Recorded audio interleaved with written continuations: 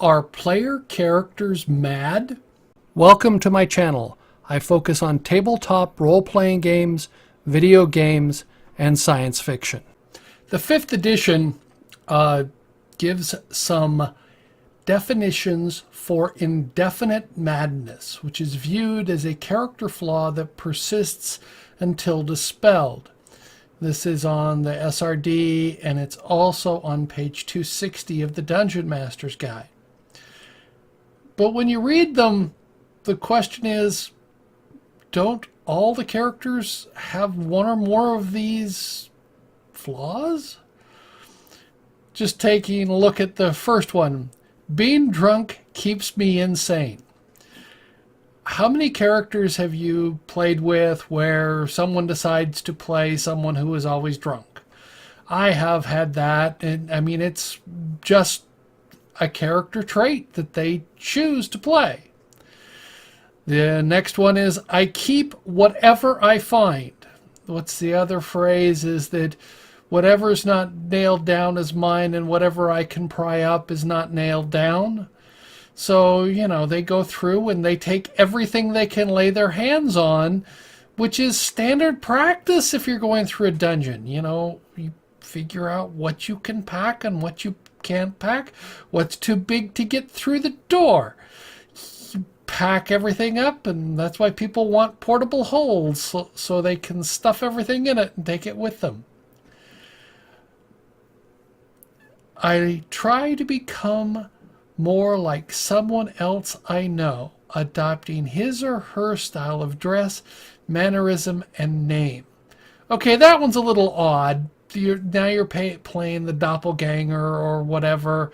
That one is a little strange. I don't think I've had anybody quite do that one when I've been gaming, but is it really that insane? Okay, they just admire someone, and so they're following that. It says, I must bend the truth, exaggerate, or outright lie to be interesting to other people. Okay, how many of you almost practice that in real life? Not really, but it's, when you write up a resume, you should never lie on a resume, but you always put your best foot forward. You always try to make the best impression. So is that bending the truth? You're keeping only the good things about you on a resume. So some would argue that you're not telling the complete truth, but it's an exaggerate or outright lie to be interesting to other people. Hey, this is where most people who play Dungeons and Dragons tend to be a little nerdy or geekish. Let's be honest, that's the truth. And we enjoy cerebral type activities. Role playing is that. And so we tell outlandish stories when we play about your character. If you tell some stories, maybe, when you retell the adventure, you may embellish it a little bit, but that's there. It says, achieving my goal is the only thing of interest to me, and I'll ignore everything else to pursue it. I've seen that happen in some of the games I've ran, where a player character gets focused on a maniacal or one little thing, and that's what they're going to try and achieve no matter what. And I often try and throw obstacles in that path or throw distractions, but they often come back to it. But so they achieving my goal, is that really a bad thing? I'll ignore everything else to pursue it. The next one, I find it hard to care about anything I find it hard to care about anything that goes on around me. Situational awareness. How do your characters really care if there's somebody bickering at the next table over? Unless they're hearing the phrase gold or gems or magical items, they don't care. And if you've lived in a big city, you don't want to have too much awareness of what other people's interactions are. You try and avoid that. So that's, I don't care about anything that goes on around me. You tend to focus on just your own self. So is that being mad? I don't like the way people judge me all the time. Okay, so getting back to the comment that most players tend to be a little bit geekier, and Dungeons and Dragons has always been judged by some people who think it's of the devil. I went through the original. I'm old enough to know when that first came out and people were challenging that it's satanic and things like that. And yes, and I was a Sunday school teacher at the time. So and I played Dungeons and Dragons. But it's, if you're interested, I have a video on being a Christian and playing Dungeons and Dragons. But the people judge me? It doesn't matter. That's the question. It fits back with, do you care about anything that goes on around me? So if your characters, if that's one of your personality traits, then that often is reflected in your character. Oh, it says, I am the smartest, wisest, strongest, fastest, and most beautiful person I know.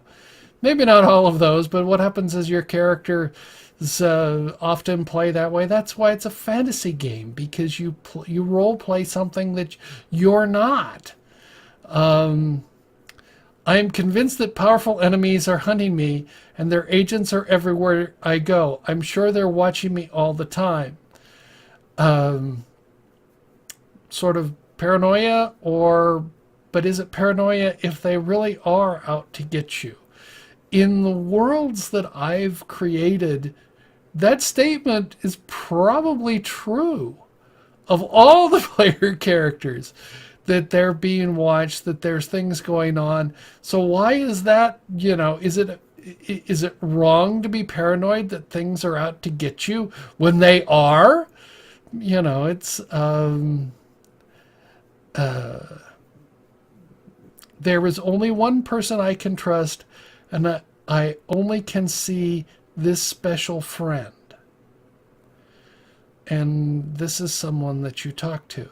Reminds me of, what was it in Baldur's Gate, where you had the little mouse character, the character with the mouse that he spoke to all the time as special friend. Yeah. So that one there is a little more unusual. I can't take anything seriously. The more serious the situation, the funnier I find it. Well, that's what makes gaming so much fun, is that when you play this type of stuff, that's there. So, and then I like the last one. I've discovered that I really like killing people.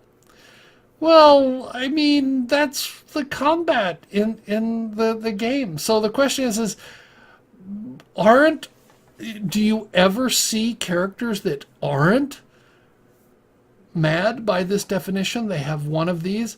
And do you really want to dispel this madness on the character? Isn't it part of role-playing?